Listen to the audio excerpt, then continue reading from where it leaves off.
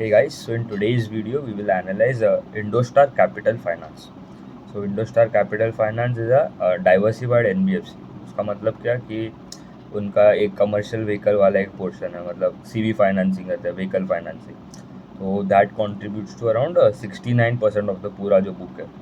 AUM का size है around 10,000 crore, उसमें से 69% comes from your commercial vehicle financing. मतलब ये जो ट्रक हो गए, ट्रैक्टर्स हो गए, यूज्ड कमर्शियल व्हीकल्स हो गए, आपके कार हो गए, ट्रक्स हो गए, मतलब व्हीकल्स का जो फाइनेंसिंग करता है, तो दैट इज 69%। उसके बाद आता है कि होम होम फाइनेंस, मतलब ये जो आपका होम लोन हो गया, तो दैट कॉन्ट्रीब्यूट्स टू अराउंड 25%। फिर एक उनका SME फाइनेंस है, तो मतलब ये जो बिजनेस लोन्स जो होते हैं, स्मॉल मीडियम एंटरप्राइजेस को जो लोन देते हैं, तो that contributes to around 4%। And एक है they have recently launch that micro LAP, मतलब माइक्रो लोन अगेंस्ट प्रॉपर्टी। उसमें मतलब average ticket size around 4 3 4 lakh के आसपास जो माइक्रो लैब वाला है। एंड कॉर्पोरेट लेंडिंग था, मतलब वो अभी वो कम करके, मतलब इट इज़ अराउंड टोटल बोलो तो 2% के आसपास है। तो इनका जो पहले जो बुक था ना, मतलब इन FY 2018, तो उनका wholesale book is basically your आपके जो भी कंस्ट्रक्शन फाइनेंसिंग, मतलब इंफ्रा लोन्स जो होते हैं, बड़े बड़े कॉर्पोरेट्स को जो लेंडिंग करते हैं, तो that contributed around 74% of the total जो ए बुक था उनका। तो वहाँ पे मतलब इट इज़ वेरी रिस्की, मतलब ये जो मतलब आपके जो गवर्नमेंट वाले जो स्टॉक्स है, गवर्नमेंट जो फाइनेंसिंग करते हैं, तो वो उनका कॉर्पोरेट वाला बुक इज़ वेरी हाई, तो उसमें ज़्यादा रिस्क होता है। वेरेज इन रिटेल वाला सेगमेंट, वो मतलब उतना रिस्क नहीं होता। And you can get a better yield also, मतलब yield is basically the rate at which you lend to customers.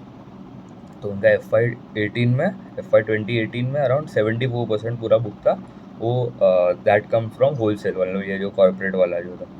अभी उनको वो रन डाउन किया, मतलब धीरे धीरे कम करके अभी ओनली खाली 2% बाकी है ऑफ द होलसेल, मतलब पूरा जो बुक का अराउंड ओनली खाली 2% है जो होलसेल है, एंड जो रिमेनिंग 98% इज रिटेल बुक, मतलब हम जैसे कस्टमर्स को जो लोन देते हैं। तो ये अच्छा हुआ। तो इसलिए मतलब उनका एक री रेटिंग भी हुआ था, मतलब स्टॉक का, उसका देखना। तो उनका प्राइस टू बुक अभी अराउंड 1% है। बट हाँ, उनका अराउंड पहले तो बहुत प्रॉब्लम हो गए थे। उनका जो AUM का साइज है अराउंड 10,000 करोड़, एंड AUM का growth for Q2 of FY 25 was 31%, मतलब बहुत ही अच्छा ग्रोथ था। डिसबर्समेंट्स ऑल्सो ग्रो अराउंड 36%, तो वो भी अच्छा है। Disbursement is basically the rate at which you rate, मतलब the give out the loans, मतलब अगर ये महीने आपने अगर 100 लोगों को लोन दिया, तो नेक्स्ट महीना इफ़ यू आर गिविंग 150, तो डिसबर्समेंट ग्रोथ है 50% ऐसे। फिर उनका जो निम्स होते हैं, net interest margin, that were around 5.6%। Net interest income was up around 14%। And आपका जो पी पॉप होता है, pre provisional operating profit, that grew 17% Y. उनके जो टॉप स्टेट्स देखो ना, मतलब उनका साउथ में थोड़ा ज़्यादा प्रेजेंस है, मतलब तमिलनाडु साइड, आंध्र प्रदेश हो गया, आपका मध्य प्रदेश में भी है, एंड महाराष्ट्र में भी, मतलब टॉप स्टेट्स है उनके। फिर उनका ना they have around 566 branches, and they added around 90 branches YOY देखो तो अराउंड 476 थे, एंड अराउंड अभी कितने हो गए, अराउंड 566। तो ये भी अच्छा है कि अराउंड कितना, अराउंड 10-12% का तो उनका ब्रांच ग्रोथ रेट है, वो भी अच्छा है, 15-20% के आसपास। एंड उनका पैट जो था, दैट ग्रो अराउंड 27% वाई, तो वो भी अच्छा है। तो फिर इनका ना बेसिकली दो सेगमेंट थे। एक आपका जो एक उनका दो एक सब्सिडरी है, मतलब एक है उसका नाम है इंडोस्टार हाउसिंग फाइनेंस लिमिटेड, तो उसमें से वो होम लोन वाला जो सेगमेंट है, वो उसके लिए एक अलग सेगमेंट, अलग कंपनी बना है। एंड दूसरा जो है इंडोस्टार कैपिटल फाइनेंस जो है स्टैंड लोन, उसमें आगे आपका कमर्शियल व्हीकल वाला जो फाइनेंसिंग है, SME फाइनेंसिंग हो गया, फिर माइक्रो लैब एंड कॉर्पोरेट जो वो था होलसेल वाला जो पार्ट, कॉर्पोरेट लेंडिंग जो था। तो दैट इज़ अराउंड कितना, अराउंड 69% वहाँ से आता है, 4% 75% ऑफ द बुक जो है, दैट इज़ जो आपका जो स्टैंड अलोन जो इंडोस्टार कैपिटल है, 25% बुक है वो इंडोस्टार हाउसिंग फाइनेंस लिमिटेड है। तो अगर मैं स्टैंड अलोन देखूँ ना, AUM का ग्रोथ वॉज अराउंड 58%, तो बहुत ही अच्छा ग्रोथ है। और एक कंपनी लिस्टेड है जो मतलब आपका जो कमर्शियल व्हीकल का जो फाइनेंसिंग है, दैट इज़ योर मनबा फाइनेंस। उनका भी अभी रिसेंटली IPO आया था, तो उनका भी अराउंड H1 में ग्रोथ वॉज अराउंड 50-55% का AUM का ग्रोथ था। डिसबर्समेंट ऑल्सो ग्रो अच्छा खासा 40 33 35 40% के आसपास ही था। तो मतलब अच्छा ग्रोथ आ रहा है। एंड उनका जो एसेट क्वालिटी देखते हैं तो स्टैंड अलोन बेसिस पे तो GNPA वॉज अराउंड 4.97 वर्सेज 4.97 था quarter and quarter, and NNPA was around 2.5% versus 2.36% quarter and quarter, तो थोड़ा डिटीरियरेट हुआ है बट हाँ ठीक है। फिर उनका जो कलेक्शन एफिशिएंसी बेसिकली अगर इफ़ यू हैव मतलब अगर आपको ये महीने में यू थॉट दैट आपको मतलब आपने सब कैलकुलेशन करके you thought that you will collect around 100 rupees, आप एक लेंडर हो, आपको लगा कि 100 रुपीज़ ये महीने में मतलब मेरा कलेक्शन होना चाहिए EMIs जो आने वाले customers, but you only got around 92 rupees. तो आपका कलेक्शन एफिशिएंसी 92%। तो इनका अराउंड 92.5% है वर्सेज 94.7% क्वार्टर एंड क्वार्टर, तो कम हुआ है। तो एक प्रॉब्लम हुआ है इनका ROE जो है ना दैट इज़ अराउंड जस्ट 3.4% का ROE, मतलब बहुत ही कम है अगर कंसोलिडेटेड देखूँ तो, मतलब वो एक इशू है। बट हाँ ROE एब्सोल्यूट नंबर में कभी नहीं देखना है, उनका डायरेक्शन देखना पड़ेगा। एंड कंपनी ने बोला है कि वो ROE और ROA दोनों इम्प्रूव होने वाला है आगे जाके, तो वो भी अच्छा है।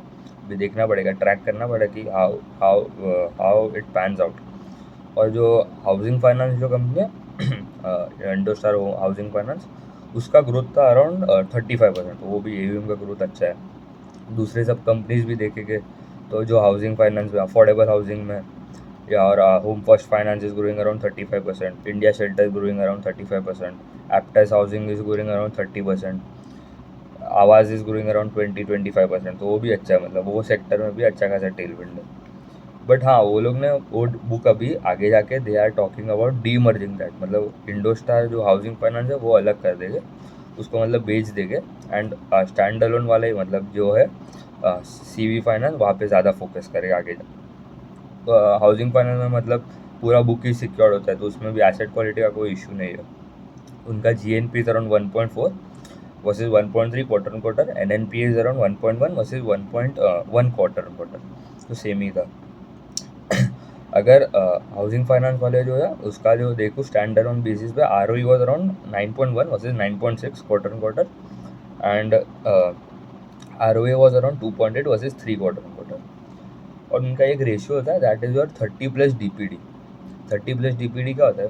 DPD is basically your days past due. उसका मतलब क्या कि इफ़ अगर अभी इफ़ अ कस्टमर है, मतलब उसका आज EMI का डेट था, तो he has not paid the EMI amount at least 30 days past हो गया, मतलब वो डेट से interest is not paid, minimum 30 days हो गया और इंटरेस्ट पे नहीं किया उसने, EMI जो पे नहीं किया, तो वो जो अमाउंट होएगा that lies in to your 30+ DPD। फिर होते हैं एक 60+, मतलब अगर 60 डेज भी हो गए और वो EMI अभी तक पे नहीं हुआ, तो वो कस्टमर का जो अमाउंट होगा वहाँ पे आ जाएगा। एंड 90+ जो होता है दैट इज़ योर NNPA, तो नॉन परफॉर्मिंग एसेट्स आ गया, तो that is 2.5% versus 2.5 quarter and quarter, तो वो भी मतलब स्टेबल ही था।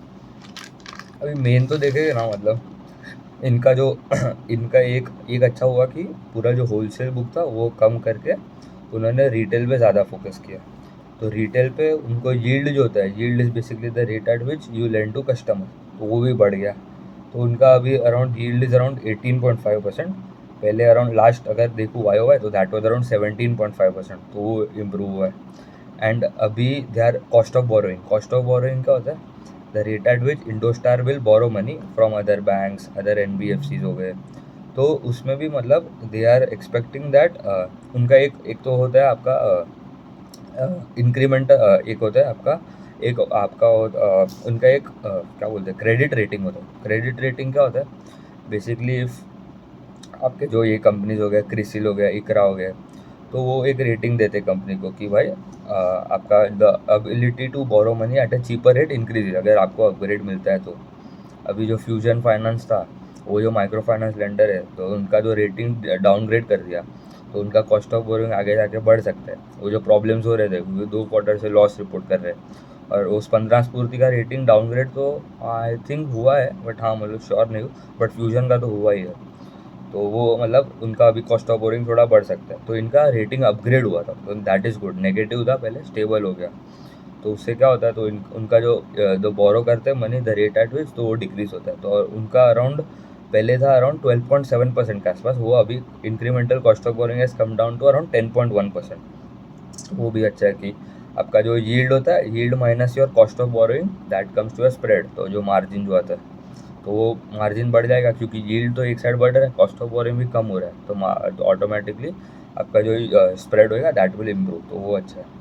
एंड उन्होंने बोला है कि जो उनका जो यूज्ड कमर्शियल व्हीकल वाला जो सेगमेंट है वहाँ पे ज़्यादा ग्रोथ है compare to new commercial vehicle, क्योंकि जो अभी जो इंजन बी एस 6 इंजन जो आया उसमें वो that is comparatively costly compare to BS4 वाले इंजन। तो डिमांड ऑफ BS4 वाला जो इंजन है वो इंक्रीज़ हो गया व्हीकल्स जो होते हैं, तो वहाँ पे मतलब ज़्यादा ग्रोथ है। तो यूज्ड कमर्शियल व्हीकल का भी फाइनेंसिंग में ज़्यादा ग्रोथ आ रहा है उनके, वो बोला है। एंड H2 जो होता है that is always better for this companies. NBFC पूरा लेंडिंग स्पेस में H2 इज़ ऑलवेज बेटर, तो वो भी देखना पड़ेगा।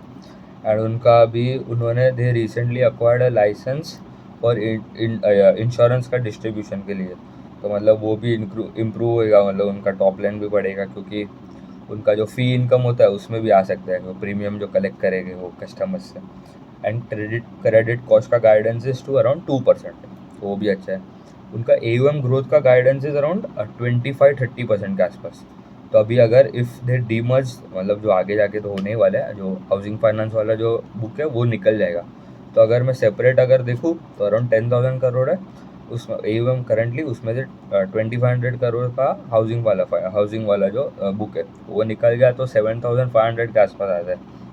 And they are expecting by the end of FY25 9,000 crore हो जाएगा।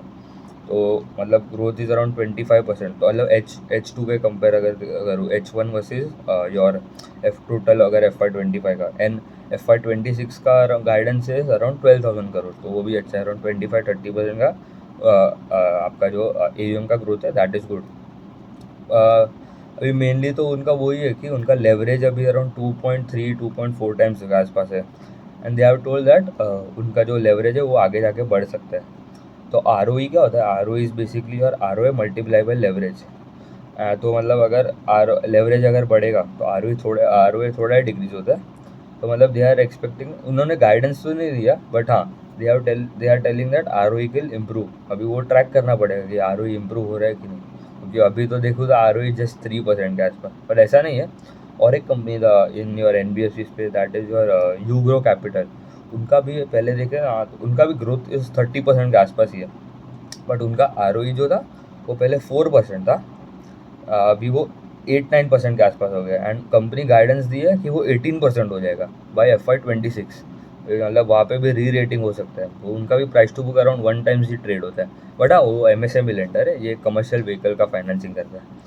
तो ठीक है, ट्रैक करना पड़ेगा, we have to track the ROE number. AUM का ग्रोथ भी अच्छा दिया है, गाइडेंस भी अच्छा है, credit cost is also around 2%। ठीक है, ठीक है, थैंक यू।